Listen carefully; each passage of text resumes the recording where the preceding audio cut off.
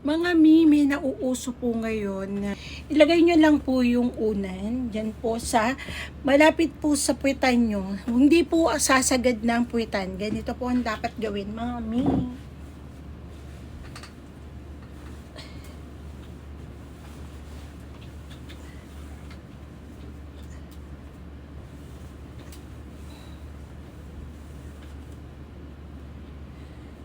Ganyan po mga kamami, nasa likod po, yung puwet nyo po is nakababa.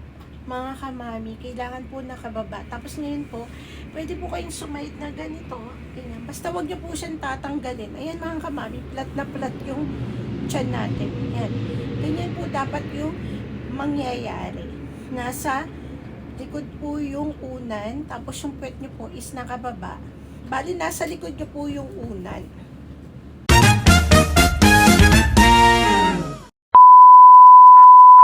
Mga may nauuso po ngayon na napanood po sa TikTok, mga kamami, na madali po daw nakakapayat. 4 beses ko na po siyang ginagawa. Mula po nung Sabado, Linggo, Lunes, Martes. Mga nakakaliit po siya talaga ng tiyan. Mga kamami, bloated po talaga ako, as in bloated. Mga kamami, kumuha po kayo ng unan. Pwera pa yung unan nyo sa ulo, mga kamami, gumamit pa po kayo ng ibang unan, mga mi. Ganito po yung gagawin nyo pag kayo ay matutulog. Hanapin nyo po sa TikTok si Gcash.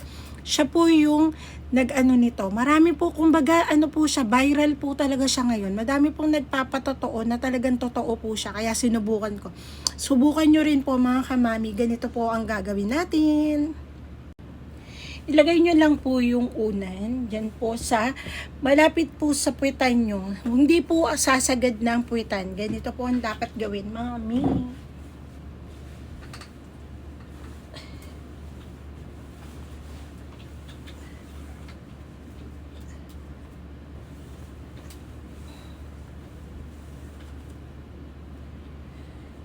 Ganyan po mga kamami, nasa likod po yung puwet nyo po is nakababa. Mga kamami, kailangan po nakababa. Tapos ngayon po, pwede po kayong sumahid na ganito. Ganyan. Basta wag nyo po siyang tatanggalin. Ayan mga kamami, plat na plat yung tiyan natin. Ayan. Ganyan po dapat yung mangyayari. Nasa likod po yung unan, tapos yung puwet nyo po is nakababa. Bali, nasa likod nyo po yung unan.